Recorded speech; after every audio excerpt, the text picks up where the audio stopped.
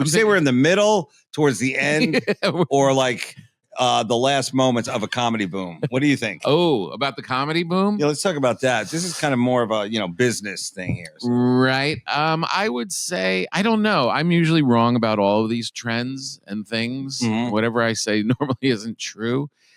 Part of me feels like I'm watching so many really great comics. All of a sudden, selling tickets really hard on social media, which makes me think that maybe it's slowing down a hair.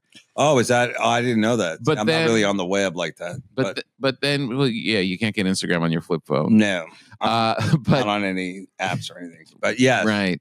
So you're seeing them sell tickets on different apps. They seem to be pushing, making videos and like, hey, come see me. My tour is coming up, and where they just put them on sale and they sold like a couple years ago. So that's making me think maybe there's a little bit of a thing, but the other side of it is there's so many. Every comedian has their own following that doesn't really cross pollinate with other comics, and it's like I think that can keep going. I guess so. I guess you're right that there is definitely like these little like worlds of comedy, and that there's very few of them that kind of cross over or whatever. Like, I think in a lot of, I think the cool of what I've been seeing is that, there are a lot more comics, and there is definitely a lot more money out there. And, I remember, how like, the whole idea of like, hey, this guy sold out Madison Square Garden, how that was the thing.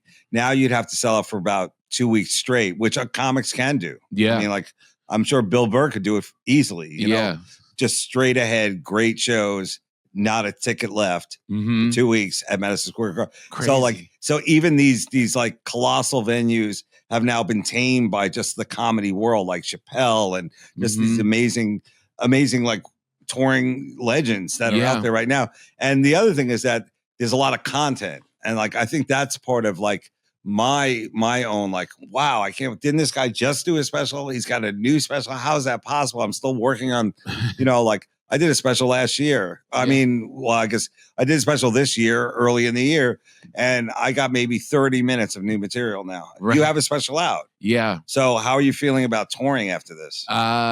Yeah, I have about 30 minutes of new stuff since I filmed it. And then I throw in some crowd work and throw in maybe a couple gems from the archives. Yeah. But it takes me a while to develop new stuff. It's, you know what I mean? Because I totally know what you're talking about. There's the thing about, I got to an hour. You hear people say, but I've got a new hour.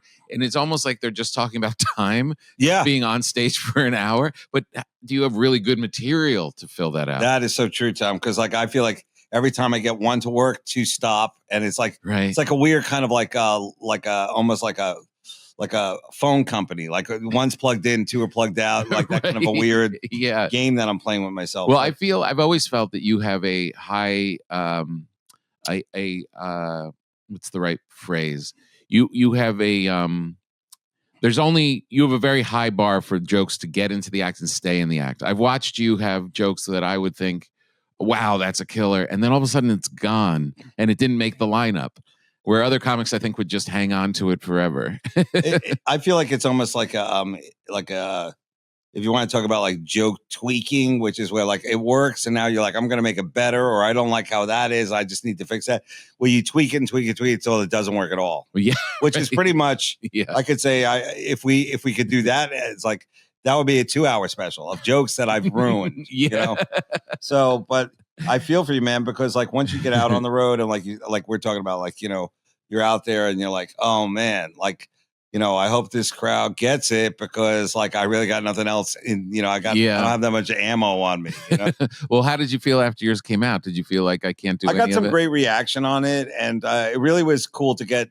Like I have trouble. Like it's not like I have trouble letting go of the joke. I just always feel like they're not done, or like that's not good. So to actually get them on tape, and the guy who was my director, Scott Gallagher, is a real comedy fan, and he really kind of held my hand, and he went above and beyond to like edit and make sure that like we got the best version of whatever we had. So, I self-produced it, and he's really good at working, I guess, with whatever I have going. So how in what way was he the most helpful? Like, Well, first of all, it's a hybrid special. It's shorter. I wanted it shorter. I felt like an hour is like too much now.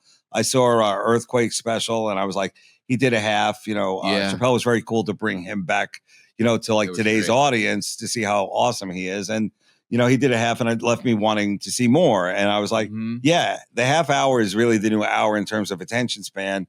And like, who knows? I've been saying that for a year now. Probably a half hour is too long, Yeah. But you can see that in any special. I'm sorry, it doesn't matter how good it is.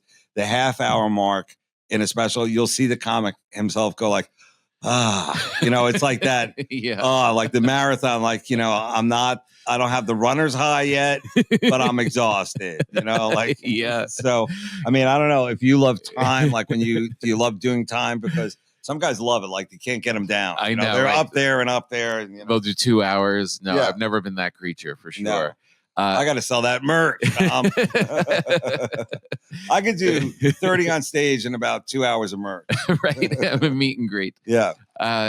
It's interesting when I've been back out since the special came out. If I am going to dip into the special at all, I'd take from the second half.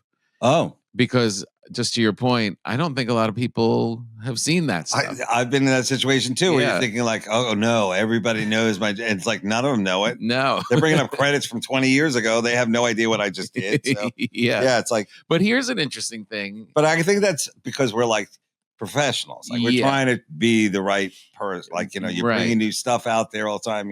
I know, but here's something interesting because I could watch you do classic jokes every single night. If we were working here at the Cellar and you were doing the same joke, like you could do like an older joke, I would be into it. I love watching my friends' old stuff. Like I don't get tired of these jokes. Okay, well, do you think that the public does? Well, I think it's also I kind of like, I guess, I'm not like there's only a few rules to live by, and that's one of them is that like, you have to turn material, and that was another thing that I wanted to bring up about like this boom is that people are turning content like that it never worked that way in comedy. Not that I'm coming to you from like the 50s or whatever, like, when I toured with Martin and Lewis, but it was like you had your act and you did it like, Don Rickles, who, like really like Don Rickles, like an icon. Nobody could touch the guy in terms of like just pure funny. And like, his ability to move and roll with a crowd, that was developed not at a comedy club, but like at a strip club or at a nightclub. Yeah. He played every club but a comedy club because they weren't around then. Yeah. But like even his act towards the end, he had like a beginning, middle, and end. He had a band. He had the things that he did. And like Joan Rivers, who was not like that. She was constantly producing new content material and all that kind of like she's more of a modern day comic than those legends, Yeah. So I would say that there's a lot of guys who never did specials, and here are people doing multiple specials. I know. I mean, there's people now that have done more specials than George Carlin. And he really was the guy who like set the standard of like, I do one every year or whatever that was for HBO, every year and a half, 2 years. Yeah. So I mean, no, I can't do that. Yeah. Well, I don't think a lot of people can is kind of the way I feel. Yeah. I mean, you're good, but you're not so great that you can knock out something every single year. But I don't think anyone is. I'm like, who is it coming? Is it coming from the person or is it coming from the audience going, we want more? Like, well, I don't know. That I was signing books. Not my audience. I know that. They're like, we have enough. No, when during your special, which you did at Cobb's in San Francisco, that's one of the things I really loved about your special. That crowd was so your crowd. They're so good. They were so motivated. It was just classic, great. They were really club audience. It was such a San Francisco and Portland, Oregon, I think like have that kind of mystique to them. Well earned of just like a really cool down, like just like great down for it. You know? Yeah. Exactly. And like I have pockets around the country that like kind of, but nobody touches them. Like, especially Portland, like I did just 10 shows up there, 10 shows at Helium. It's a small venue. It's not like I'm playing it's a great club. But I was just like, even the Monday late show was better than some Friday early shows I've done in other towns. So it's like, that shows you how good the audience is there. They're like, it's Monday, it's late, like people have stuff to do. Maybe they don't, maybe they do, but still like, they were there for it. Yeah, I mean, but that's a testament to you too. Is that you this draw? Is not. It is about me, Tom. Yes, it is. You draw out really people who really appreciate and are hip to what really good comedy is. I love when like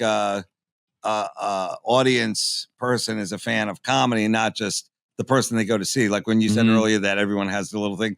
Like I always ask them, what comics do you like? What have you seen lately? Did you go see any of the shows? Yeah, and I kind of like want to find out like their, like the world, that they live in. And they're telling me like, I went to go see this guy at the theater and like, I love this podcast. Usually people bring up podcasts more than they do anything else. But I'm like, so who do you see live? And like, if they say like Doug Stanhope, who's my favorite comic, it's like, oh, well, I get it right away. Right, and like, right. I think that there's definitely a difference between people who, like enjoy it in one, I guess, medium, you can say the podcast world, but also take the next step and come out and see it live and get it there as well. Yeah. And I could totally see it's not for everybody, but that's like really what we do. So yeah. And I would say that's really best way to experience it. They do. Back to the thing about whether or not they're just doing it for themselves and putting out new stuff all the time where the audience wants it. It's insane that like just on the heels of a special, I'll have people comment like, when are you going to come out with a new one? Yeah. Oh my God. It's insane. Doesn't it make you feel like you're like, it's like you're in a mental hospital somehow, like just walking around and round and round. And it's like you put all that work into it and then you promoted it. Like that's another thing people don't get, like the endless promotion of stuff. Yeah. And then like then for somebody to go like, somehow, I was the eye of the hurricane. Nothing bad happened to me. I didn't hear anything.